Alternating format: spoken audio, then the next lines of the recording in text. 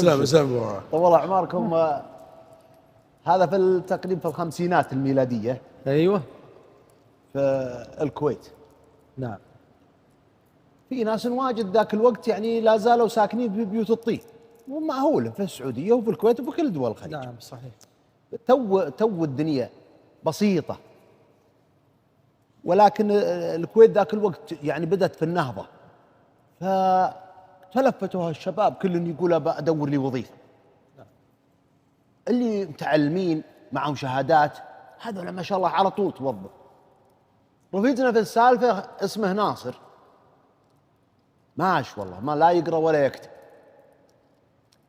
وحيد أمه، لكن فيه بر عجيب بوالدته، ساكنه وياه في بيت طين، مبسوطين عايشين وراضين. لكن يوم الناس توظفت قال العبث الرجال بالحال العب لحيتك، قال بروح مثلهم ادور اشوف وش مثل الناس.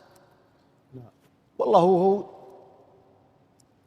يدور على هالوزارات وعلى هالشركات، وظيفه يربع وظيفه. كل ما اساله وش شهادك؟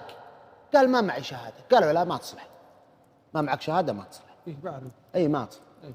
يوم جذاك اليوم ولا عند وزاره الصحه، قال ابي وظيفه ماسك سره مع الناس. قالوا والله تقرا تكتب اقل شيء؟ قال والله لا اقرا ولا اكتب ولا شيء. الله. طيب وش تعرف؟ قال والله اسوق. قالوا زين مطلوب سواق. قال بس تكفى لا تروح، تصلح لي سواق يا زينها. يا سلام. تسوق مضبوط؟ قال الحمد لله معي ليسن معي رخصه. سواق رقم واحد ما يحتاج. قالوا بس توكل على الله.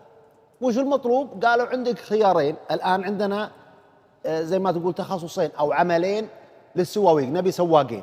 واحد يوصل اجهزه طبيه من المستودعات للمستشفيات. يا سلام. قال هذه واحده. الثانيه قال الثانيه نبي نسلم السياره، يلتزم التزام تام لانه مسؤول الان، يشيل الكادر الطبي من العماره الفلانيه ويوصلها للمستشفى، ومن المستشفى الى العماره للعماره بس للسكن. هذا مهنته. بس ليش انها يعني شوي معه متسع وقت؟ لانه دقيق. الدكاتره ذول عندهم عمليات وعندهم اللي مختص اشعه واللي فبالتالي عملهم حساس، لازم بالوقت يعني بدقيقه. هي قال لا والله خلوني مع الدكاتره ولكم علي اني ما اغيب ولا اتاخر ابد. قالوا بس احنا نبي واحد مضبوط. الرجال هب ريح وخدمي ومقبل كذا على الحياه، سنه الحصيني بسم الله عليه. الله يطول عليك. مره محبوب وسمح وخدمي وده يفزع لكل الناس. بس مشكلته هالقرايه والكتابه ذي معرقلته شوي. المهم انه دلوه السكن وسلموه السياره. قال هذه سياره بمحروقاتها معك عهده. يا سلام. ابد حتى خارج وقت الدوام خلها تحت رجلك، بس اللهم ها لا تتاخر. قال ابد. ايوه. صار قبل لا ينزلون الدكاتره بنص ساعه وهو واقف، ولا جاوا يطلعون مثل نص ساعه ما فيه، لازم حطوا وقت احتياطي. والله وديهم ويجيبهم وديهم ويجيبهم. همه عشر وسيع صدر. دلوا يركبون، ركبوا معه واتس يور نيم، ما يدري شو يقولون بالانجليزي. يتعلم. واحد منهم شوي يكسر عربي، قال اسمك؟ قال ناصر. بدأ يتعلم منهم كل يوم يلقط كلمة كلمتين كلمة كلمتين. يا سلام. يوم راح سنة ولا يعني يسولف معهم بس على خفيف، شيء يفهمه وشيء ما يفهمه، لكنه وين صار يعرف انجليزي تقريبا. حلو. اي يوم اخذ له السنة ولا بلبل. لا من عرض اللي يروحون ويجون الكادر الطبي ذا طبيبة ما شاء الله. هندية. أقول هندية أقول ما شاء الله. طق خلقها من السكن، تبي تطلع تروح تشتري أغراض، لكنها الجاهلة عمى، ما معها لغة عربية ولا تعرف، ما معها سيارة، يعني تخاف حتى الصرف ما تعرف له، كل شيء مجتمع عليها مرة. ما تعرف انجليزي؟ تعرف انجليزي بس المشكلة اللي في السوق مو كلهم يعرفون انجليزي. غير كذا ما تدل. يعني يبي لها رجال ثقة. هي وين تلقى رجال ثقة؟ ما تعرف الا ناصر. قالت تعال يا ناصر وش رايك توديني للسوق اليوم وبعطيك حقي؟ قال لا وديت لو ما بتعطيني ما يخالف. متى تبي؟ قالت العصر. قال العصر انا عندك. يا سلام. فعلا والله راح وتغدى وعود عليها، ووقف سيارته في الظلال، حولت وركبت وراء، راح طبعا تكلمه بالانجليزي. قالت عاد امش معي حيث انك تترجم وتعلمني الاسعار وتفهمني، ما اعرف انا. حلو. خذت لها مقضيات واستانست وتغير الجو ورجعت. عقبها باسبوع قالت يا ناصر ابى اروح كذا، ابى اروح الكذا. صارت تروح وتجي معه، يعني مو بعمله ولكنه زي ما تقول فزعة إضافة. منه مروة، وهي كريمة مي بتقصر عليه، يعني تعطيه شيء بسيط. اي والله استمروا على ذا الحال تقريبا، طبعا مو بكل يوم تروح معه، في الشهر مرتين ثلاث. يوم اخذت معه سنتين. اوه. اي وهي عينها عليه، ايه. تناظر الرجال لا يناظرها، لا عادي. جات تركب ولا تنزل، ولا هو بقليل ادب ولا ما شاء يتكلم معها، يعني ما شاء الله. ابدا فيه محترم. من الطباعي ما شاء الله. اي لا بالله محترم جدا جدا، وفي حاله وياكل عيش على ما قالوا، يبي وظيفته وشغله. يوم اخذت سنتين قالت ناصر، قال نعم. قالت انت متزوج؟ قال لا، وين انا وين الزواج؟ قالت ليش؟ قال انا وظيفتي بسيطه واكد على امي وحالتنا يعني الامور مصلحه، ما هي بالحين، ايوه. لكن انا اجمع شوي من راتبي عند امي، وان شاء الله عقب سنتين ثلاثه لما الله يسر لي مبلغ تزوجت. تزوجت. لا، الدنيا شوي. قالت يعني عذروا عوقك الدراهم. قال لي، قال طيب وش رايك تاخذني بس انا بيك، ما شاء الله. ابى اتزوج. طبعا الشيء اللي يمكن ما خطر في بالكم كلكم، هنديه في الخمسينات الميلاديه، ايه إيه بس انها زينه ولا الا عند اهل الكويت بالذات، يعني كونهم محتكين بالهند تجاريا. نعم. الهند ذيك السنين وينك يا الهند؟ طبيب صحيح. ايه كل شغلهم وطبيبه. بالهند. والهند تقول اليوم اليابان مثلا، نعم. يعني بلد متحضره وبلد اقتصاديه وبلد وين؟ صحيح. جابها قال هنديه ودكتوره، وش سبحان الله العظيم. بس المشكله قال والله انا ما عندي مانع، بس امي ايش بقول لها؟ قالت شوف روحك وعلمني، انا صامله سانك صامل. قال انا ما عندي مانع اشاور الوالده. راح لامه قال يمه ما ودت تشوفين عيالي وتزوج. قالت الساعه تبارك، انا والله حاطه عيني على بنت خالك فلان. قال لا بنت خالي فلان تشبه له، ما خلينا خليني خلينا انا جاي اتبع علم زين. ايوه. قالت وشو؟ قال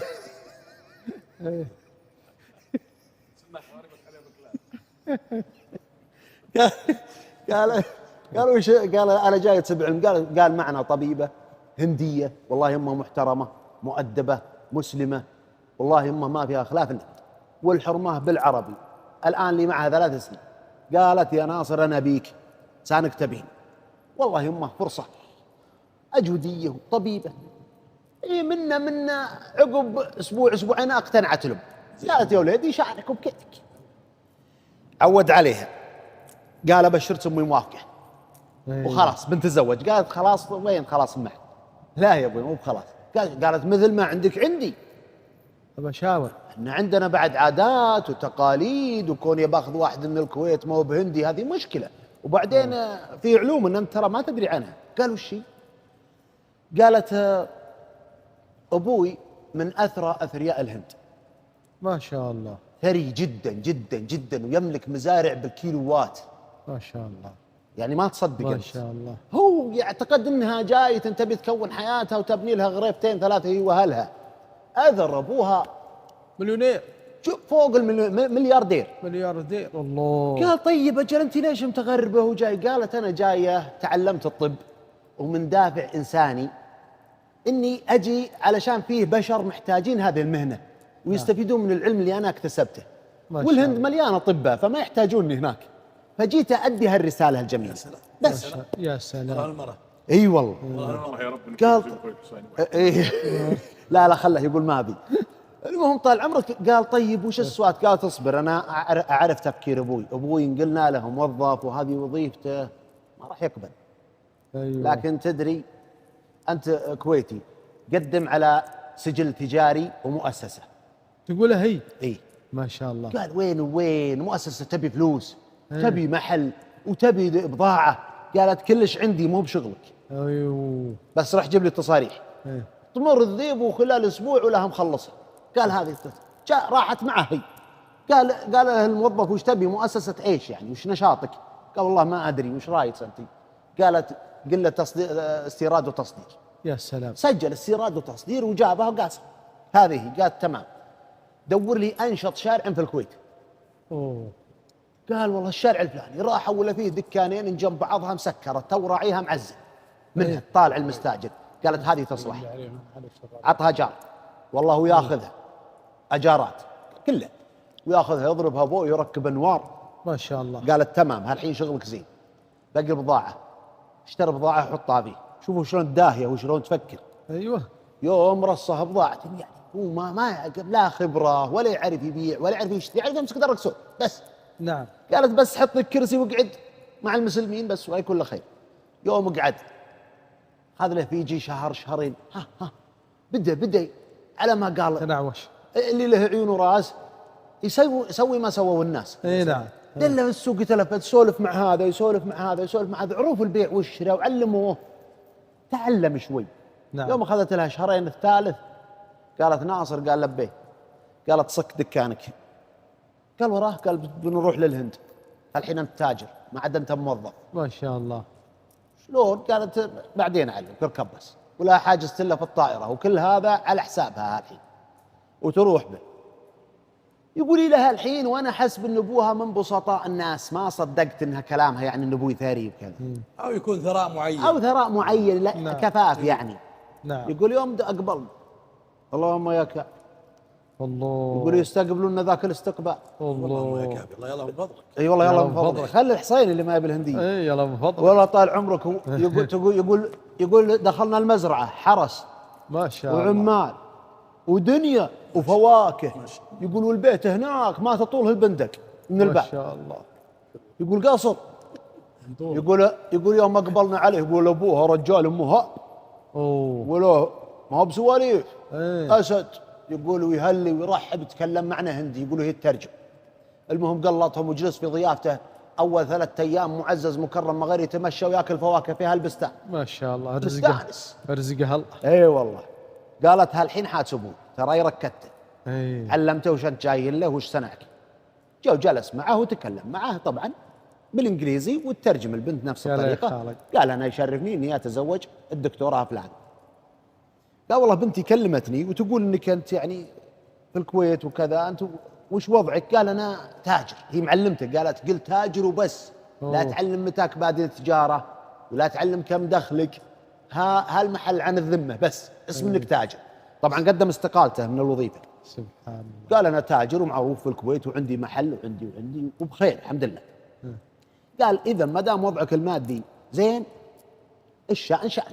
انا بالنسبه لي بنتي رابيه في مستوى ما بيها تنزل عنه عشان ما يصير في مشاكل. بما انك بتعيشها في نفس المستوى خلاص ما هو يحسب من كل التجار مثله. الابو تاجر حسب بس على نفسه. وافقت البنت ويسوي لهم حفل الابو يعني في وقته تكلموا عنه المنطقه اللي هم فيه كلهم. ما شاء الله. ودعا امه لا اله الا الله في ذاك حفل يحسابه الى اليوم في دياره. ما شاء الله. وياخذها ويجي للكويت وتجيب منها 4 ما بين ولد وبنت. قالت له اسمع ما دام استيراد وتصدير مزرعه واحده من مزارع ابوي تغطي دكاكينه الكويت كلها. ما شاء الله. فانا اشوف ان عندكم الرز من الاشياء الاساسيه في الاكل. فانا بكلم ابوي يصير يصدر لك الرز بسعر منطقي ومعقول وانت تبيعه. وانت بيع. نعم. قال لي بس انا ما عندي خبره. قالت بسيطه اجيب لك من عمال ابوي ناس خبره وثقات نعم. يعلمونك ويشتغلون معك. يا سلام. سبحان الله. يا سلام. وفعلا والله وتجيب هكا الشباب طال عمرك ثقه ابائهم يشتغلون عند ابوها ويقضبون المحلات ويشتغلون ويعلمون. يوم اخذ سنه ولا رقم 1 في التجاره. ما شاء الله. الرجال نفسه ولا شيخ ولا يبيع جمله ويبيع على الكويت. صار يبيع خارج الكويت ما شاء الله. وصار من اثرى الاثرياء. وجابت له 4 عيال ما بين ولد وبنت كلهم الان اطباء. ما شاء الله. اي والله. ما شاء الله. فرزقها الله واغتنى ان الله ثم منها الهنديه. خلى كلمات بالهنديه. من هو ذا؟ ما يقول اسمه. النية الطيب. من هو؟ سنة يا ابو راكان. اي من الخمسينات. من 70. اي من قال هذا له؟ هذا لا ما نقول اسمه. هذا من بركات النساء. اي بعض النساء مبروك. نعم. ما شاء الله. هين ما يبي الهندي. لا يسأل عن الاسم عشان يصير عديله. عاد عليك يا حبيبي. اي والله. تقول ابو سعد. اقول ادركنا كبار سن عندنا في الدوادبي يتكلمون انجليزي ولا يكتب اسمه بالعربي ولا يقرا عربي. فقط ذهبوا الى شركه وتعلموا عمال. اي ورجعوا يتكلمون انجليزي. عربي ما يعرف يكتب، حتى اسمه ما يعرف يكتب. يبي يوقع الانجليزي، حتى يوقع توقيع يكتب بالانجليزي، اسمه بالانجليزي يوقع. سبحان الله. فذهبوا لا يقرؤون ولا يكتبون وتعلموا. سبحان الله. كثير تعلموا فعلا كذا. نعم. ما في شك ما في شك. هذه سالفة اننا سامعها من الرجال الله يغفر له ويرحمه بنفسه. الله. هو احد اطراف السالفة هذه. نعم. يقول مبطي ورجال توفى الله يرحمه من زمان، لكن هو كبير سن. يقول انا وفلان الله يعفو عنه ويغفر له، يقول رحنا نحترف في الرياض. نحترف اي نشتغل. يقول تبنى قصور المربع هذه طين، قصور المربع اللي في الرياض. الله. يقول فلان استاذ يعني مهندس يعتبر الان. اي وانا لا حرفي لكني جيد راعي نظر. يقولون نشتغل في قصور الشيوخ وعند الناس اللي فيها خير مثلكم وشرواكم. يقول صرنا عند معزب طيب بيت غنات. يقول في مزرعته انعمر له بيت في طرف مزرعته، بيت جديد ما ادري عاد وش لزومه فيه، لكن البيت الثاني قايم ولا اهل فيه والخدم فيه والحلال والخير واجد ما شاء الله. يقولون نشتغل ولا غابت الشمس صلينا المغرب رحنا ورقدنا عزوبيه عند ناس من الجماعه، ولا صلينا الفجر جيناك مروحين شقت النور ولا حنا عند معازيبنا وعلى ذلك. يقول اخذنا عندهم ايام ما هي بشويه. يقول حنا تعودنا على الخير اللي حنا فيه. هلا والله ذاك اليوم حنا رايحين لشغلنا الا نلقى واحد من الجماعه في الشارع ولا يابس جاي من مجاعه من فقر ولا اخذ على شيء ولا زد شاف نعمه ولا قد هلا فرحنا به مع علوم الجماعه والديره. وشلونك عساك طيب وشلون الجماعه فلان وفلان قال كلهم طيبين. انتم وينكم تشتغلون في وين تروحون له انتم؟ قالوا حنا ابشرك بخير نشتغل عند الفلان في مزرعه الفلان. قال والله حظكم تكفون ما يحصل لي اروح معكم. قالوا ول دعوه سهله امشي روح معنا. يا سلام. اي بس عشان نحط بعض المتابعين لاختلاف الثقافات في نجد يسمون الاولين الكروه او الاجره يسمونها عرقه. عرقه. اي كم عرقك يا فلان، يعني كم اجرك يا فلان اللي تاخذه. نعم. تجي في السالفه. يقول المهم تونا داخلين الشغل وبعدين نشتغل لنا ساعه. يقول يوم جتها كالحرمه من اللي في القصر يشتغلون ويساعدون يقول له والله حرمة عافية. يقول له معها دلة هطو صفراء وريحة الهيل والزعفرة ما شاء الله. يقولوا معها مطعم تمر هذا كبره يلا شالته بيده الثانية نبت سيف. له ماخذ على خضري ودلة سودة وعويدي محترقة سبدة ما أخذ على ذا النعمة. قالت تقهوى يستودية وهي تحطها وتقرقع بالفناجين. ما شاء الله كثر خيرها. طب الرجال ما صدق خبر ما زد شم الزعفران وصب فنجال على ربعه ويصب. قال يا الربع اثر ذي قهوة الشيوخ اللي يقولوا. قال وي هذه قهوة الشيوخ. قال زين قرب التمر ما يتنجوع ما أكل من قبل أمس. طق طق طق طق طق طق طق طق طق. قالوا يا فلان ارفق على روحك كرف قلب الصحن بيجيك خير. قال غير ذا بيجيك حنين. هو يحسب ان هذا هو فطورا قهوة كلش. نعم. قال غير ذا النعمة بيجينا نعمة. قالوا المستعان ارزاق يا رجال عين خير هم تعودين طبيعي عندهم. يا رب لك الحمد. قال زين والله أنا الحمد لله يا رأيت والله هذا القهوة اليوم عرج الرجال يوم استانس وكل من ذا التمر. قال الله لك الحمد. رقوا واشتغلوا وشوي خذوا لهم يجي بعد ساعة ونص ساعتين. اليوم جت معها ميقعة هذا كبرها ما شاء الله فيها مراصيع مكشنة بصل ودهن ومعها طياس لبن بزبدة ما شاء الله. اي وهي تقعدها طعم غطياس هاللبن في صحن شايلتها، هو عودي وخذ الميقعه وتحطها، قالت تريقه ويا استوديه. هذا حلم ولا علم؟ وهو يقعد يا الله لك الحمد ولك الشكر، يا الله لك الحمد، وياكل لين قال هم ياكلون طبيعي عادي تعودي، هو كل لين قال بس.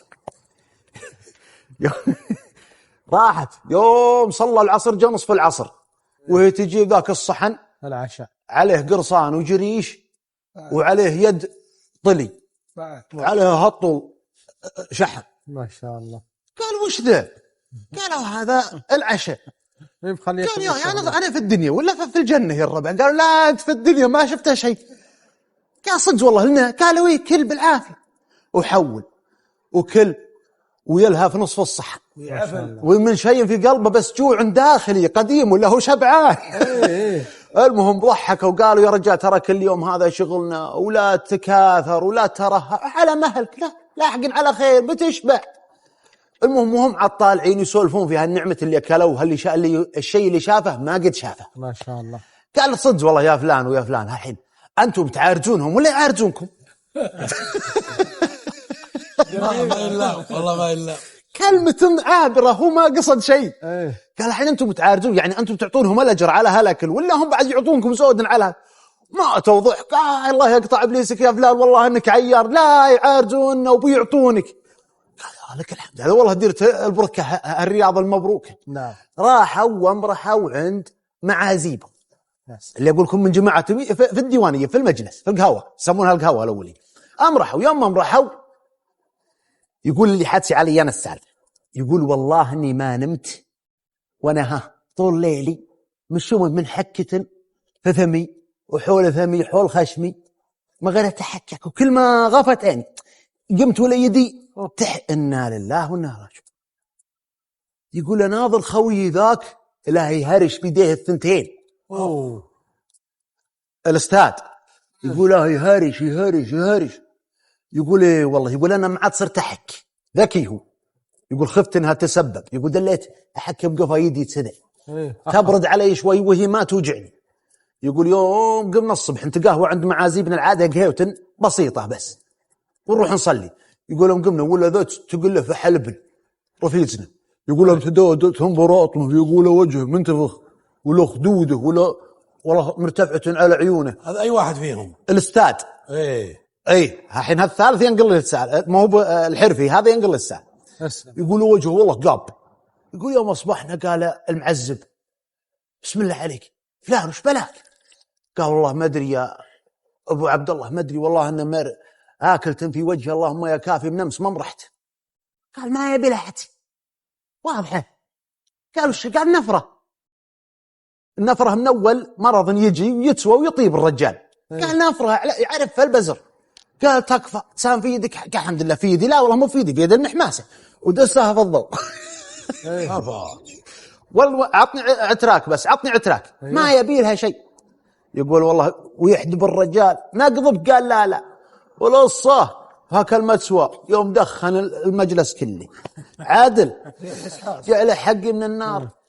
رشوه قام وقال بس يزيني ذي اليوم بروح اشتغل كودلها بس عن وجعي وحكتي ذي. راح وهي الحكة تزيد جاباته وامرحوا. يقول نفس الشيء إلا أن الحكة زادت عليه وعلي. يقول يوم أصبحنا يقول لأن وجهه قاب من صدق كله صار سنهريه الوجه خذوا حمر ولا تشوف عيونه. يقول يوم جاء أخوه المعزب ساكن معه في البيت قال وش بلاك يا فلان وش ولا وجهك كذا؟ قال ما أدري والله. أخوك يقول نفرة. قال لي بالله نفرة ما فيها كلام ورني وين ما تسوى أخوي. ما ضقات لا أخوي ضايع ما تسواك زين. أنا اللي بتسويك أنا بيصل العظم. والله حطه وارفع المتوى شوي ولصاه بالثاني. المعذبوه بالسوي ما في فائدة. يوم جللت الثالثة وهو يحك إله سبحان الله العظيم. يقول أنا والله ما نمت ليلة الثالث من الحكة. يقول يوم جت ليلة الثالث يقول وأنا ما نمت. يقول واسمعه غفظ ضعيف من شدة التعب. والله يقول تكفى يا فلان فكني من شرك. رفيقهم اللي نايم معهم سو خير يا ولد الفلان امنعني من شرك. فكني أنا وش أنا مسوي لك الحين ابعد عني ابعد عني لا تطقني. حاسي وهو نايم يحلم في رفيقهم اللي نايم من بينهم. شافه في المنام. قال يا أخوي لا تطقني لا توجعني. قال إيه هانت. ولا عندهم خبر أبو عايض وبعض كبار السن الأول يحط معدنة فيها فناجيل في المجلس وهو يطلع الفناجيل ولا شماغه معلق على المصطاح ويسمى المصطاح والقطة خمره واطلع وخمر شماغه وغفصه مرتين ثلاث وعصره وخذ منه واشرب ورش وجهه. يقول والله انسني مطفل لي ضوء. ما سبحان الله. يقول ورشش روحي. يقول يا رب كل من رشيت برد. رش الاستاذ. يقول وروح وقومه قم. قالوا ايش فيك؟ اذن. قال قم يا رجال قم بيك. يقول واطلع به برا. قلت اشرب بس اشرب. وش العلم؟ قال ما هو بشغلك اشرب انت بالعافيه بس لا تسوي ولا غير. يقول والله يشرب ورشه وغسل وجهه وغسل وصب على ظهره واحتم بوحده. سبحان الله. سبحان الله. وافقت سبحان الله. قالت عارضونهم الله لا يبارد في جيك. بعض الناس مهم مبروك. هذا اللي نظلهم اللي تو جاي. ايه ما اخذ على نعمه. ما طردوه. لا والله ما اقصد ضعيف ترى لا ما اقصد الواحد شك والله. يقول ما طردوه. الرحمن الرحيم والصلاة والسلام على رسول الله. هذه القصة حدثت عام 1325 هجري والسنة هذه سميت يعني سنة الظاهر الجديري الرحمة أو الرحمة. ومات فيها خلق كثير. هذه بادية من 10 بيوت قطين وأصيبوا بالمرض في شمال المملكة. والحقيقة يعني يقولون حفار القبور ما يرفع ظهره. سبحان الله. والقصة هذه كثيرة أو الأوضاع هذه كلنا عاشرها في المملكة أو ما عايشها يذكرها. كم 1325 إلى 30 يعني في التواريخ هذا. الشاهد في الكلام البيوت هذه قطين بادية جاءهم المرض أصيبوا فيه ماتوا كل القطين ما بقى شريدتهم حرمتين واحدة من الحريم عندها ولدين كلهم ماتوا. فجنبهم هجرة أو قرية صغيرة فيها قصيرات راحوا يشوفونهم لقوا هالحرمتين ولقوا البيوت كلهم ميت في بيته ما أقدروا حتى يقولون يدفنونهم من كثرهم. أخذوا الحرمتين هذه والطفلين وجابوهم عندهم في الديرة على قولة القائل عاشوا معهم حدود شهر شهرين. واحدة من الحريم لها أخت متزوجة في شمال المملكة زيادة بعد. قالت للي هي عنده اللي لقيت قافلة بتروح للشمال ودي أروح معهم. قال يصير خير. الظروف يعني الحمد والشكر لله على الفضل. احنا يا رجل تفتح الدولاب ما تدري ايش تلبس تفتح الثلاجة ما تدري ايش تاكل الصيدلية جميع أنواع المستشفيات على يمناك وعلى يسارك بل ان التطبيق الآن الدكتور يعالجك بالتلفون تدخل معه في محاورة على حساب الدولة. الحمد والشكر لله. هذا الله يجزاه خير راعي البيت اللي هو شاف له قافلة بعد 3 شهور من سكناهم عنده قال يا الربع عندنا حرمة وعيالها 2 أخت لها في الشمال وأهلها موتوا ولا لنا عندنا يعني سنة فنبيكم تأخذونه معنا. قالوا والله إن ابلنا إهزال ولا عندنا شيء نشيله إنسانها بتمشي على رجولها ونشيطه الله يحييها أما غير هالشيء ما عندنا. والعيال قالوا العيال واحد عمره 6 سنوات واحد عمره 7 سنوات قال هذه لا نشيلهم على وسألوا المرأة قالت توكل على الله أعطاها مثل من أعطاها طحين وتمر وشوي ماء مشت معهم. الله يعزكم أيضا عندهم تلب وتلب هذا من ما مات موجود معهم ولحقهم متربي مع هالعيال ويحرس العيال ما غير يدور على هالقافلة وعلى هالعيال. مشوا المسير بين المكان اللي هم فيه وبين المنطقة اللي فيها أختهم اللي فيها أخت المرأة هذه 20 يوم مشوا لهم 15 يوم ويجون هاك المنزال وينزلون فيه مكان زين وسهل ورمل نازل ويضحون فيه. قال أمير القافلة ترانا متعشى وبنمرح الليلة ومن بكرة نمشي خايفين على ابنهم أنها تهلك لأنها تعبانة.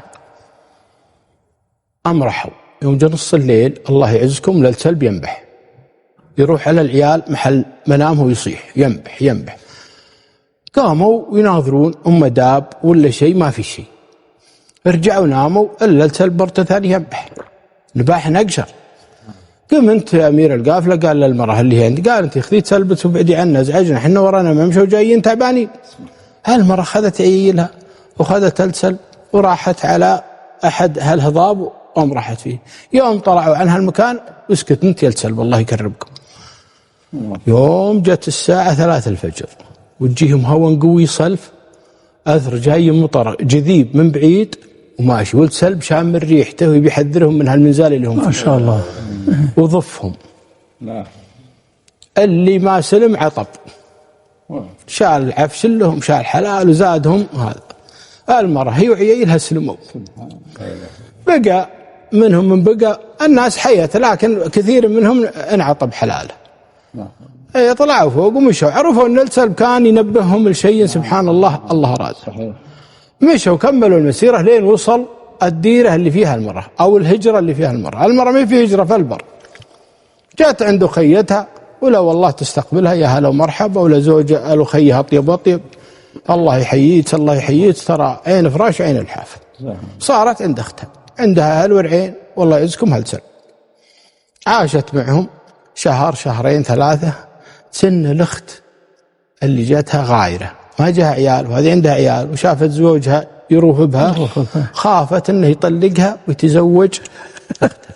هذا ترى يحدث، لازم تعرفون هالأمور هذه من سنين. قامت تتعبها بالحطاب، تتعبها بالماء، تتعبها بحلب الغنم، تتعبها بهالكلام. الزوج يشوفها قال يا بنت الحلال هذه ضيفة عندنا، ما هو بحق عليك، قالت مو بشغلك ولا انت تبيها بعد تطلق انه تتزوجها. قال انت عقلك ضعيف. وصار ترهقها بالطلبات وبالعلوم اللي يعني ما لها سنة. المرأة ساكتة وتسمع هواش الرجل مع المرأة في هالموضوع هذا، ولكنها ساكتة. أختها جاية عند أختها.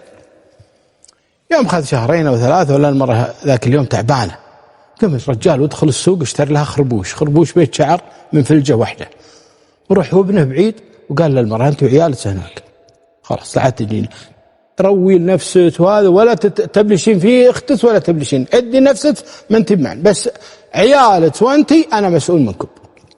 ورجالنا على قد حاله. قالت الله يجزاك خير ويبارك فيك. المرأة هذه زاد، قالت الحين الزوج هذا حط لها بيت الحين خلاص قعدت لها فترة. الله يعزكم هالسلب مبروك. جنبهم مثل ما تقول حصن للأتراك، السلب يروح لها الحصن ويرجع، يروح لها الحصن ويرجع. جاء ذاك اليوم قام يحفر تحته، العيال حقوه، المرأة رايحة المدرسة تجمع حطب. يوم جت ولهم جايبين معهم جرة تحت هالحصن حافرين هالعيال مع السلب ولاقينه. من وين جبتوها؟ قالت والله يا أمي السلب راح عند الحجر الفلاني وحفر وطلع الجرة وحنا جبناها ما ندري ايش فيها، لا هي مختومة. يوم فكتها لا يجني هذا الذهب ما شاء الله. وتشوف تناظر تقول الحمد والشكر لله على رزقه.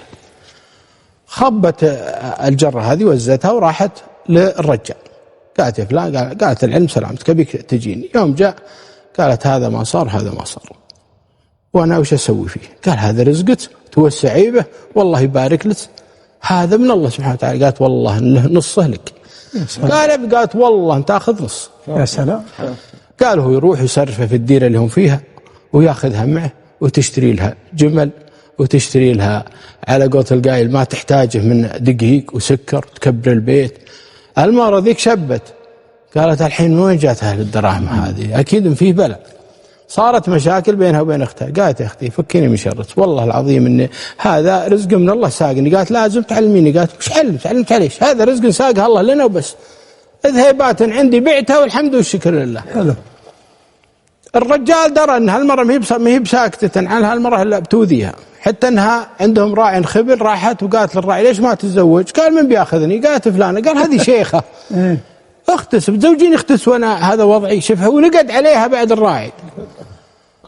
اي راحت علمت زوجها، قال زوجها انت خبله والله ما ضبطتي ترى بيصير علم ثاني. خافت عاد يوم هددها زوجها. سبحان الله الرجال هذا له تاجر في السوق خوي له أرمل متوفية زوجته، جاءه وكلمه قال يا فلان أنت ما ودك تتزوج؟ قال لا. قال أنا خابر لك أخت زوجتي مرت سنعة وظفرة وطيبة ودي إنك على قولة القائل تجي تخطبها. قال والله رأيك زين. تزوجها التاجر صارت حرمة له وعاش وياها. اللي أنا أقصده فيها القصة هذه الغيرة. أنا عندي 3 رسائل أبغى أوجهها للنساء. الغيرة من عهد الرسول صلى الله عليه وسلم، حتى زوجات الرسول صلى الله عليه وسلم فيهم الأمر هذا. الرسالة الأولى للحريم. الحين أنت لما تؤذين زوجته ولا أختك ولا صديقتك تغارين منها على إيش؟ على إيش؟ أنت تدورين ما عند الله سبحانه وتعالى وتضيعين حسناتك في غيرة وفي حقد وفي حسد على ناس أنت تحبينهم. من أهم المشاكل اللي تصير في المنازل الآن وفي البيوت غيرة المرأة على الزوج، أو غيرة المرأة من مرأة ثانية، أو غيرة المرأة من ناس يملكون صفاتها. الغيرة مطلوبة في الدين، مطلوبة في شرع الله، لكن بحدود وبحكمة. الرسالة الثانية للزوج: إذا شفت زوجتك حاضرة من عرس ولا جاية من حفلة ولقيتها منتفخة، هدها وطف النار اللي في قلبها وذكرها بالله وذكرها بالآيات. غالبا الغيرة تكون عند النساء. احرص على أنك توجه التوجيه الصحيح. أنتم سكن البعض، مو بتجيك المرأة وتجيك تقول فلانة سوت وفلانة ما سلمت عليه وفلانة ما تكلمت عليه ثم أنت تزيدها. خلك عاقل، حلوا مشاكلكم بهدوء، انتبهوا. أنا عندي قصص كثيرة في هالموضوع هذه، لكن أخذت القصة هذه القديمة عشان أعلمكم التاريخ، أن كل الناس عندهم الأمر هذا، لكن نحتاج الناصح، نحتاج الرجل اللي يوجه، نحتاج الإنسان اللي يقود بيته بحكمة وروية.